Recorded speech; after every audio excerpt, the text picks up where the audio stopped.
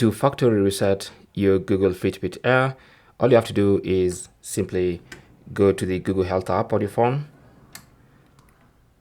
In the Google Health app, tap on the device in the top left corner, and then make sure device is selected, and you should see your Fitbit Air. So select it, and then on that page, you want to go down and tap on System. And then under System, you will see the option Disconnect Device. So tap on that, and then it says Disconnect Fitbit Air from the Google Health app. Go ahead and disconnect.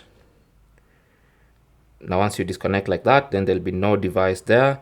Next thing you want to do is go to your phone's Bluetooth settings and unpair your device. So go to Bluetooth and find the Fitbit Air, tap on it, and then select Forget this device. That is how to factory reset your Fitbit Air. Thanks for watching and good luck.